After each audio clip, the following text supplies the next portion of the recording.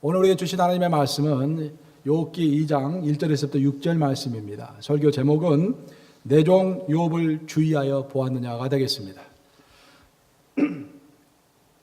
또 하루는 하나님의 아들들이 와서 여호와 앞에 서고 사탄도 그들 가운데 와서 여호와 앞에 서니 여호와께서 사탄에게 이르시되 내가 어디서 왔느냐? 사탄이 여호와께 대답하여 이르되 땅을 두루 돌아 여기저기 다녀왔나이다. 여호와께서 사탄에게 이르시되 내가 내 종 욥을 주의하여 보았느냐? 그와 같이 온전하고 정직하여 하나님을 경외하며 악에서 떠난 자가 세상에 없느니라. 내가 나를 충동하여 까닭 없이 그를 치게 하였어도 그가 여전히 자기의 온전함을 굳게 지켰느니라. 사탄이 여호와께 대답하여 이르되 가죽으로 가죽을 바꾸오니 사람이 그의 모든 소유물로 자기의 생명을 바꾸올지라. 이제 주의 손을 펴서 그의 뼈와 살을 치소서. 그리하시면 틀림없이 주를 향하여 욕하지 않겠나이까. 6절은 같이 읽습니다. 시작. 여호와께서 사탄에게 이르시되 내가 그를 내 손에 맡기노라. 다만 그의 생명은 해하지 말지니라. 살아계신 하나님의 말씀입니다. 제가 오래전부터 잘 알고 지내는 어떤 한 부부가 계십니다. 그 부부가 얼마 전에 별세하셨는데 두 분 다. 그 두 부부에게는 그 한 딸과 한 아들이 있었습니다. 두 자녀가 있었는데 제가 보기에도 번듯하게 아주 잘 키웠어요. 그 두 분은 평생 미국에 와가지고 잡박가게를 하면서 고생 많이 하셨는데 그 두 아들이 자랑이요 기쁨이었습니다. 저를 만날 때마다 그 아들과 딸의 근황을 막 설명해요. 그리고 저에게 기도 부탁을 꼭 합니다. 그럼 저도 간절한 마음을 더해서 기도합니다. 아주 두 아들, 딸 잘 되었어요. 또 아들, 딸을 얼마나 이게 자랑스럽게 여기는지 그 아들, 딸들이 졸업한 대학교 그 스티커를 자동차 뒤에다 크게 붙이고 다닙니다. 제가 붙이고 다녔더라면 좀 뭘 했을 것 같은데 크게 붙이고 다니세요. 근데 그 부부에게 어떤 한 가지 큰 고민이 있었습니다. 그 고민은 뭐냐면은 관연한 딸이 시집을 가지 않는 거예요. 나이가 상당히 들었음에도 불구하고 혼자 살고 있었습니다. 그것이 항상 기도 제목이에요. 그러다 두 부부는 고민과 고민 끝에 아마도 우리 딸이 연애하는 방법을 몰라서 이렇게 결혼을 못하고 있는 것이다 라는 그런 결론을 내렸습니다. 그래서 이제 그 딸에게 연애를 어떻게 하는지 그 방법을 가르쳐 줬다고 해요. 저도 궁금해가지고 귀를 번쩍 세우고 한번 들어봤어요. 어떻게 가르쳤는지. 그렇게 딸에게 말했다고 합니다. 딸아, 어디를 가든지 너의 마음에 좀 드는 남자를 만나면은 처음 보는 남자를 만나면은 그 남자를 주목해서 쳐다보면서 어디선가 한번 본 듯한 그런 표정을 지어봐라. 그리고 그 남자를 스쳐서 길을 지나가다가 다시 한번 고개를 돌려서 다시 한번 쳐다보아라. 만약 그 남자도 고개를 돌려가지고 너를 쳐다보면은 또 그 남자를 주목해서 보면서 알 듯한 모를 듯한 그런 표정을 지으면서 계속 보고 있어라. 그러면서 남자와 여자의 관계는 시작되는 것이란다 라고 조언을 해줬대요. 1960년대 방법 같아요. 그분들이 연애했을 때 그 방법 같아요. 맞죠? 저는 그 이야기를 들으면서 어떤 한 사람의 관심을 끄는 때 우리가 그 사람을 주목해서 본다라는 것들을 알게 되었습니다. 대부분의 인간에게 있어서 가장 큰 소원 중에 하나가 있다고 한다면 그 소원은 다른 사람의 관심을 받는 것입니다. 정치인, 연예인들은 사람들의 관심을 먹고 사는 사람들입니다. 그래서 사람들의 관심이 자신들로부터 멀어졌다고 생각하면 자살까지 하는 그런 사건들을 벌입니다. 영적인 세계도 똑같습니다, 여러분. 영적인 세계에서 만약에 하나님이 나를 주목해서 보고 계시다, 내 기도를 듣고 계시다라고 한다면 그것처럼 우리를 가슴 떨리게 하는 것이 없습니다. 그것처럼 나를 기쁘게 하는 것이 없어요. 그것처럼 나를 황홀하게 만드는 것이 없습니다. 반면에 하나님이 나를 외면하고 계신다, 하나님의 얼굴을 돌리셨다, 내 기도를 해도 호응을 치고 있을 뿐이다 라고 느끼고 있다면 그것처럼 또 비참한 것이 없는 거예요.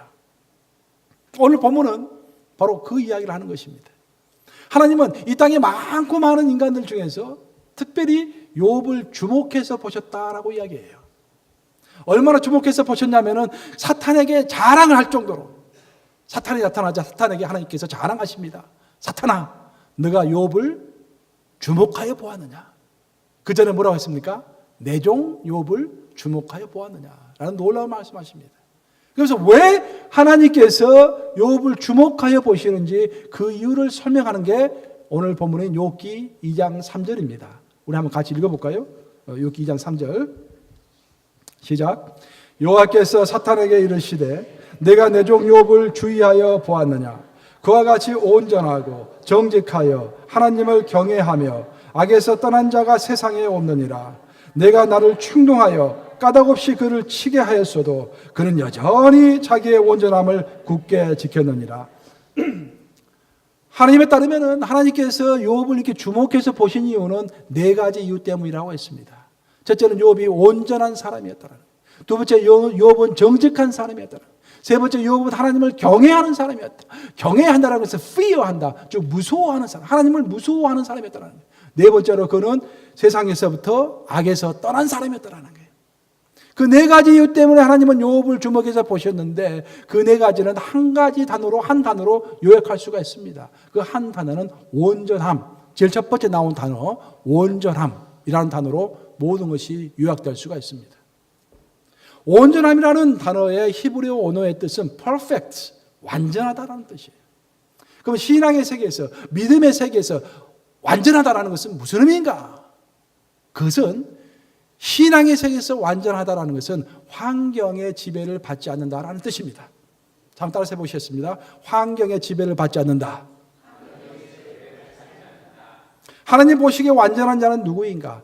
그 어떤 환경이 온다 할지라도 환경에 따라서 좌우되지 아니하고 좌도 보지 아니하고 우도 보지 아니하고 그 어떤 상황 가운데서도 오직 하나님을 바라볼 수 있는 사람이 완전한 사람인 거예요. 그 사람은 온전한 사람입니다. 그래서 하나님은 그것을 사탄에게 자랑했어요. 그런데 사탄의 반응은 다릅니다. 사탄은 그렇게 하나님한테 대꾸합니다. 하나님, 욥이 그렇게 완전하게 하나님을 잘 섬기는 이유는 하나님께서 이제까지 욥을 보호해 주셨잖아요. 울타리를 쳐놓고 나쁜 것들이 접근하지 못하도록 해주셨잖아요. 욥에게 축복을 주셨잖아요. 욥에게 그 많은 물질을 주시고 그 10명의 자녀들이 하나같이 다 잘 됐잖아요. 이 세상에 그 누구가 하나님께 저렇게 보호해 주시고 축복 주시는데 하나님을 바라보지 않을 자가 그 어디 있겠습니까? 하고 말하는 거예요. 그러니까 하나님이 그 말씀 들어보고 이것 봐라. 그 말도 일리가 있네. 그러면서 그래. 그럼 욥의 믿음을 한번 시험해 보아라 라고 허락하시는 거예요.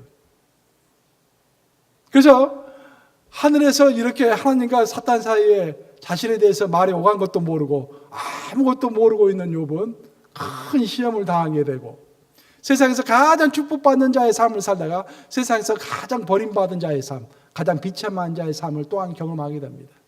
동방에서 가장 큰 자의 삶을 살다가 세상에서 가장 낮은 자의 삶으로 내려오는 그런 경험을 하게 되는 것입니다.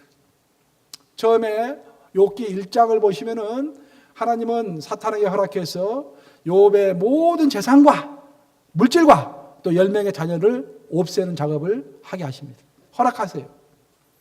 하지만 자신의 물질이 다 없어지고 사랑하는 자녀들까지 다 죽었음에도 불구하고 욥은 하나님을 원망하지 않았습니다. 놀랍죠. 첫 번째 관문을 통과합니다. 아마 우리들은 첫 번째 관문도 통과하지 못할 거예요. 그렇죠? 아마 우리는 어떤 사람이 나를 사기를 해서 내가 가지고 있는 재산을 다 이렇게 사기쳐서 가져갔는데 그 사람이 교회 권사였다라고 한다면은 그것 때문에 교회를 또 안 나올 사람도 분명히 있을 거야. 근데 욥은 그 정도가 아니라 가진 재산 다 날리고 10명의 자녀가 다 없어졌음에도 불구하고 하나님을 원망하지 않았습니다. 그러니까 하나님께서 오늘 본문을 보시면은 사탄에게 그거 봤지? 너가 쓸데없이 이렇게 나를 욥을 쳤지만 그럼에도 불구하고 욥이 나를 바라보고 있지 않느냐라고 말씀하시는 거예요. 그래서 사탄은 또 하나님께 대꾸합니다. 하나님, 물질이 없어지는 것은 별거 아닙니다. 자식이 없어지는 것도 좀 약간 슬픈 일이지만 큰 것도 아니에요. 자기 자신이 아파보고 자기 자신이 죽을 때가 되면은 하나님을 욕할 것입니다. 그렇게 이야기해요. 그래서 하나님이 그래? 그럼 또 이것도 한번 시험해보자. 하시면서 사탄에게 하신 말씀이 그의 뼈와 살, 그러니까 사탄이 그랬죠. 그의 뼈와 살을 치면은 그가 하나님을 욕할 것입니다. 그래, 그러면 그의 뼈와 살을 한번 쳐봐라. 단 그의 생명은 앗아가지 말거라 라고 말씀하시는 것입니다. 오늘 본문에서 가장 핵심이 되는 주제는 뭐냐면은 어떤 축복받은 사람이 평온하게 삶을 살고 있는 어떤 믿음의 사람이 자신의 삶의 울타리가 다 무너졌을 때 그럼에도 불구하고 끝까지 하나님을 경외할 수 있느냐라는 거예요. 욥은 자신의 물질이라는 삶의 울타리가 다 무너졌습니다. 우리 중 많은 사람들은 물질을 의지하면서 살아가요. 그렇죠? 근데 그 물질의 울타리를 하나님께서 쳐주시는데 믿는 자에게 물질의 울타리를 쳐주십니다. 기도하고 우리 하나님 앞에서 선한 일을 하기 위해서 물질의 울타리를 쳐주세요. 그런데 하나님은 가끔씩 물질의 울타리를 다 무너뜨리신 거예요. 하지만 욥은 꼼짝하지 않았습니다. 자식의 울타리까지 다 찼어요. 그래도 욥은 꼼짝하지 않았습니다. 그자 이제는 건강과 생명의 울타리까지 위협하는 것입니다. 근데 정말 놀라운 것은 뭐냐면 욥의 믿음은 자기가 가지고 있는 모든 삶의 울타리가 무너지는 지금 이 순간에서부터 욥의 진짜 믿음의 여정이 시작되었다는 거예요. 지금부터 욥은 시작해서 욥기 마지막에 갈 그 과정 가운데서 정말로 신앙의 에센스가 무엇인지 이제서 깨닫게 되는 그런 과정을 욥기는 설명하고 있는 것입니다. 우리는 어떤 사람이 복받아서 잘 살고 있고 내가 교회를 잘 다니면서 정말 믿음 생활을 열심히 하고 있으면 이미 뭔가 신앙의 에센스를 알고 있다고 착각할 수도 있을지 모르겠습니다. 하여튼 욥기가 보여주는 것은 그것이 아니에요. 욥기 전체를 살펴보면 욥기는 42장으로 구성되어 있는데 그게 세 파트로 구성되어 있습니다.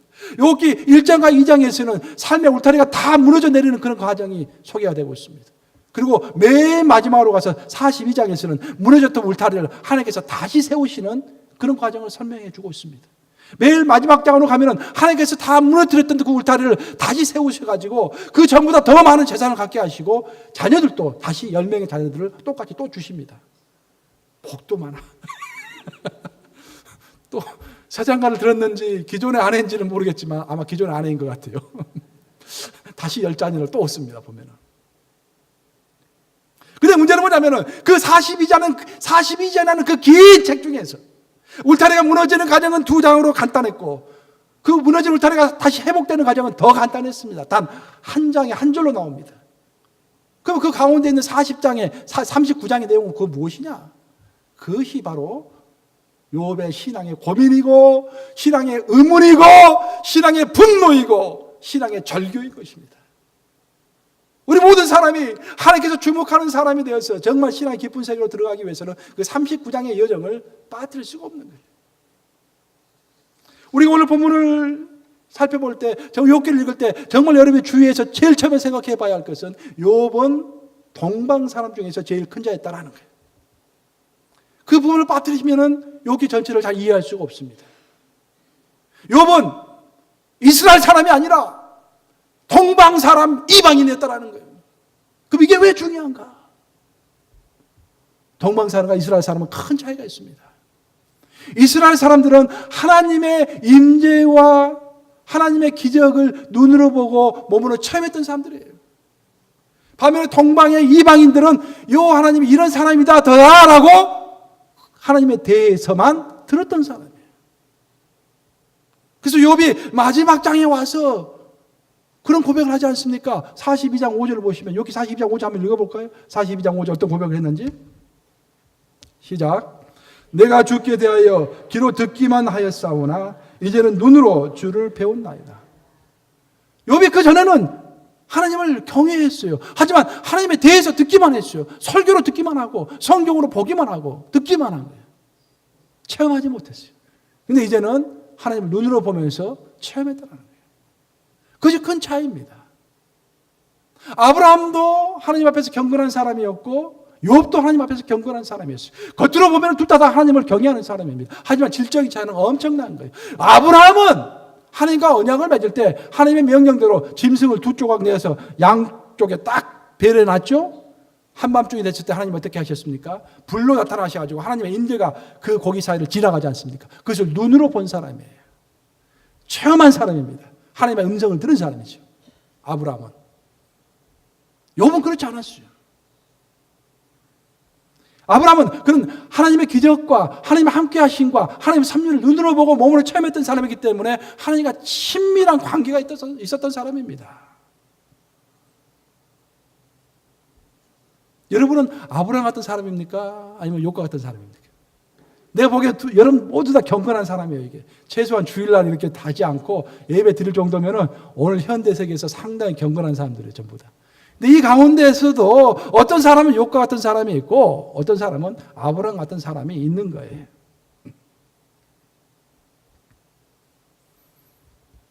경건했지만 저는 몸으로 하나님을 체험하지 못했던 욥을 위해서 하나님은 욥의 신앙의 차원을 전혀 새로운 차원으로 끌어올리기 위해서 사탄의 참소를 허락했던 것입니다.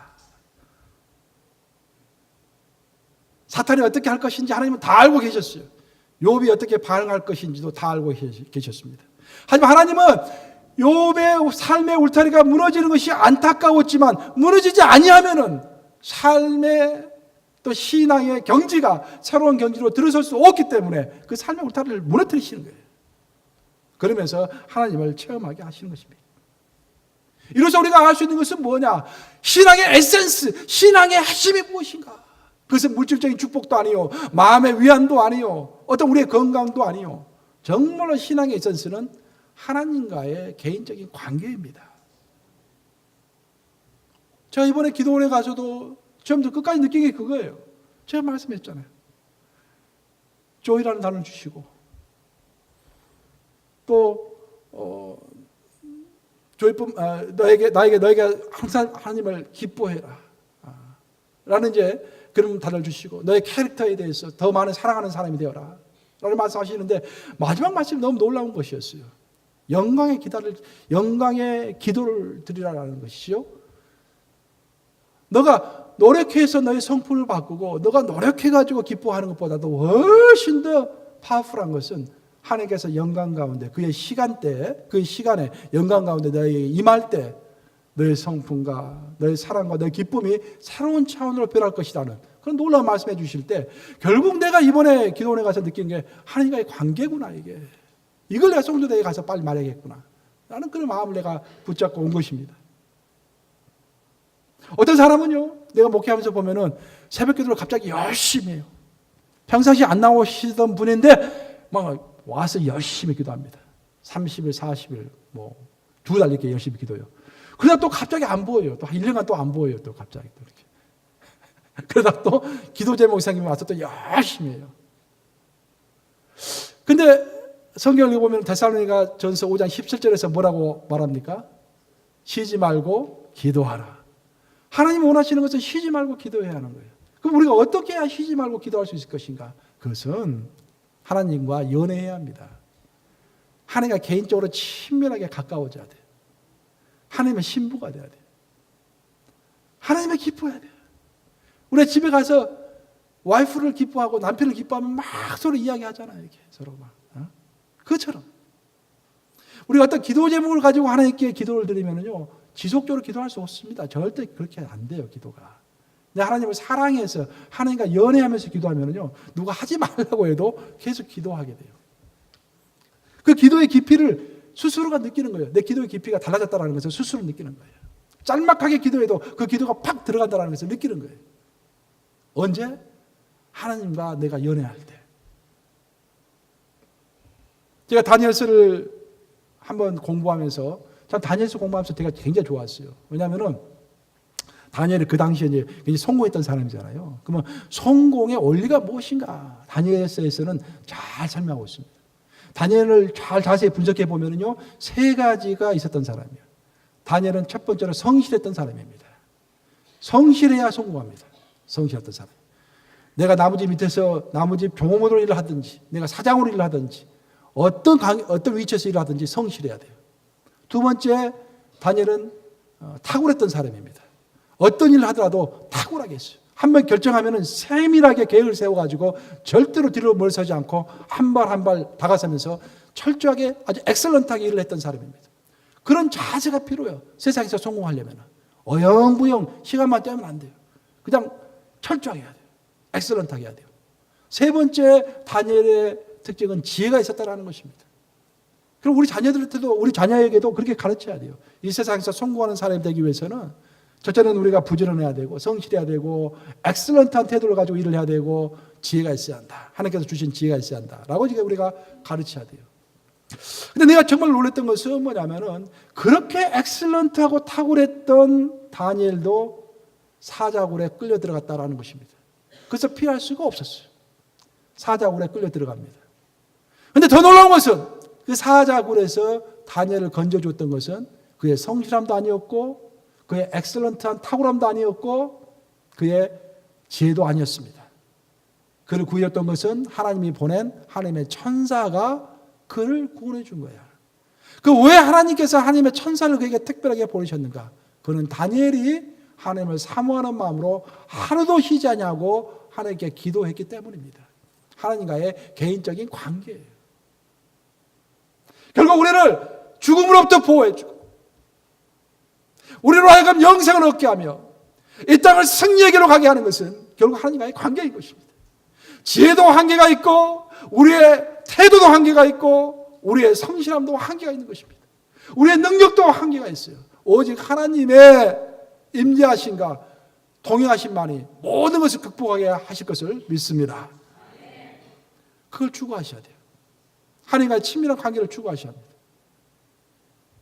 이처럼 하나님 앞에서 우리가 온전함을 끝까지 지켜가기 위해서는 하나님과의 깊은 관계가 필요합니다. 그런데 이런 우리의 교제를, 하나님과의 깊은 교제를 방해하는 요소가, 결정적인 요소가 있는데 그것이 바로 내 마음속의 욕망입니다. 우리는 그것을 꿈이라고 포장하고 그것을 비전이라고 포장하지만 정말로 내가 하나님보다도 더 사랑하는 것, 하나님만큼 사랑하는 것, 그것이 많은 사람들에게 마음속에 있어요.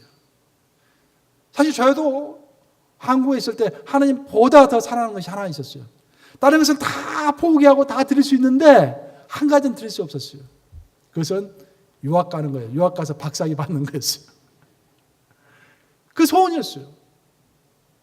내가 대학교 가고 대학원 가고 되게 계속 공부하고 싶었는데 가정 환경이 어려워서 공부를 계속 할 수 없었어요. 그래서 나는 마음을 굳게 먹었어요. 반드시 내가 하고 싶은 것을 하리라. 돈을 열심히 모았어요. 근데 하나님께서 가지 말라고 하시는 거예요. 나는 그렇게 이야기했어요. 다른 것은 다 포기할 수 있는데 그것은 안 된다고. 꼭 가야 한다고 내가. 그때 내가 조언을 들었던 게 내 마음속에 이삭을 버리지 않으면은 하나님을 더 깊게 만날 수 없다라는 거예요. 내 마음에 이삭을 버려야만 하나님을 만날 수 있다라는 거예요. 그래서 유학을 포기하고 나니까 우리 와이프가 증인입니다. 몇 달간 울었어요. 내가 그만 생각할 때마다. 울었어요. 너무너무 슬퍼서. 세상이 다 끝나버린 것 같은. 그렇지만 맞잖아요. 버리지 않으면 하나님을 만날 수가 없잖아요. 다른 사람이 이상하게 생각할지 모르지만 최소한 저에게는 그렇게 생각이 들었습니다. 그 말이 옳다라는 생각이 들었습니다. 그래서 나이가 다 먹어서 유학을 온 건 아닙니까? 나중에 또 유학 안 오려고 하는 또 가라고 또 그때는 그러세요. 내가 가서 세계적인 일을 해라 라고 하시면서 가라고 하니까 유학 안 가려고 하는데 또 가라고 하니까 IMF 터질 때 하필 그때 또 왔잖아요. 그 과정을 통과하면서 정말 성적도 좋지 않았지만 아주 좋은 대학교에 내가 졸업했으니까 좋은 대학교로 합니다. 좋은 대학교에 5년간 전액 장학금 받고 왔잖아요. 스타이펀드까지 다 받고 왔잖아요. 하나님의 기적 같은 기적으로. 욕망을 없애야 돼요. 하나님은 그 아브라함을 훈련시키실 때 보면은요, 아브라함을 내 친구로 만드실 때 세 단계에 걸쳐서 훈련을 시키십니다. 우리에게 많은 교훈이 돼요. 첫 번째 아브라함에게 뭐라고 하셨냐면은 아브라함으로 하여금 너의 본토 친척 아비 집을 떠나라라고 말씀하십니다. 자기가 익숙한 것, 자기가 의지하고 있는 것, 그것을 버리라라는 거예요. 그래서 아브라함은 기꺼이 버렸습니다. 자기 본토 친척 아비 집, 익숙한 곳, 자기의 울타리가 있는 곳을 벗어났습니다. 그러자 하나님께서 두 번째로 그를 훈련시키시는데 아브라함에게 너는 오른쪽으로 가라. 한참 가다 보니까 이번에 왼쪽으로 가라. 앞으로 가라. 뒤로 가라. 하나님께서 그때그때마다 지시하십니다. 그때그때마다 지시하시는 것을 순종하는 마음으로 따라가는 것, 순종에 대해서 훈련하십니다. 첫 번째는 떠나는 것이었고 두 번째는 순종입니다. 그런데 마지막 한 가지를 하나님께서 더 훈련시키십니다. 그것은 아브라함이 가장 소중하게 생각하는 것에 칼을 대게 하시는 것입니다. 아브라함의 그 늙은 나이에 우리는 모두 우리의 몸을 사랑하잖아요. 그 몸에 칼을 대서 할례를 받게 하십니다. 그리고 아브라함의 마지막 하나님의 훈련은 뭐였냐면은, 또 하나님의 시험은 뭐였냐면은, 자신의 가장 사랑하는 자신의 아들, 100세가 되어서 낳은 그 아들 이삭에게 칼을 대서 치라고 하시는 것이었습니다. 그 아들을 칼로 쳐서 번제로 나에게 드리라 라는 명령을 하신 거예요. 그때 아브라함은 그것을 받아들였습니까? 받아들이지 않았습니까? 그것을 받아들이신 거예요. 그것을 받아들인 것입니다. 그러면서 그것을 통과한 것입니다. 우리 모두는 우리가 하나님을 위해서 익숙한 것을 떠나는 것, 웬만한 믿음 있는 사람은 할 수 있어요. 별로 어렵지 않아요. 여러분들이 이미 다 한 번씩 경험했던 사람들이에요. 이민 온 사람들 아닙니까, 여러분들은? 이미 익숙한 한국을 한번 버리고 오신 사람들이에요. 대단한 사람들이에요. 그래서 함께 목회하기가 쉽지 않은 것입니다. 이렇게. 다 고집이 있어요. 한번 익숙한 것을 떠난 사람들입니다. 이게. 그리고 하나님께서 LA로 옮겨라, 뉴저지로 옮겨라, 뭐 별로 어렵지 않아요. 미국에서 살면서 이사 다니는 것 어렵지 않습니다. 얼마든지 순종할 수 있습니다. 하지만 칼을 대는 것은 쉽지가 않습니다, 여러분. 자기가 가장 소중히 여기는 것에 칼을 대는 것이 쉽지가 않습니다. 그런데 성경의 원리는 뭐냐면요, 우리가 가장 소중히 여기는 것을 절단하지 않냐면은 하나님께 깊숙이 갈 수 없다라는 것이 성경의 원리입니다. 그 원리가 가장 잘 나와 있는 책이 에스더서입니다. 에스더서를 읽어보면은 해결하는 내시가 나오죠. 해결하는 내시.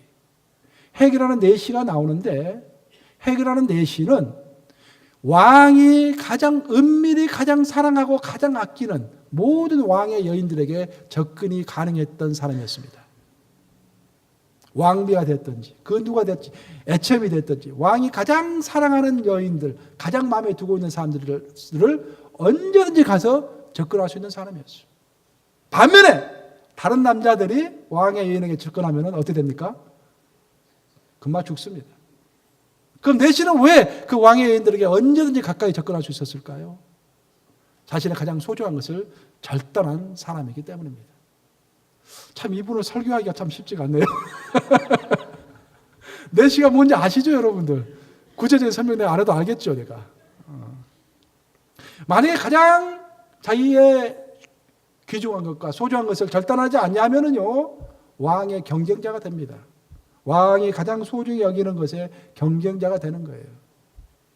하지만 자신을 절단함으로, 자신의 욕망을 절단함으로 하나님의 그 왕의 가장 귀한 것에 언제든지 접근할 수가 있게 되는 것입니다. 이것이 신학이에요. 쉽게 하면 우리 기독교의 신학입니다. 우리가 어떻게 하나님과 절실한 관계를 맺을 것인가, 어떤 깊은 관계를 맺을 것인가, 큐티도 중요하죠. 기도도 중요하죠. 하지만 한 번의 결단이 필요한 거예요. 칼을 대는 결단이 필요한 것입니다. 나의 가장 소중한 것, 내가 가장 소중히 여기는 것, 뭔가 있을 거 아니에요, 마음속에. 잘라내야 합니다. 절단하는 그 순간이 있어야 하는 것입니다.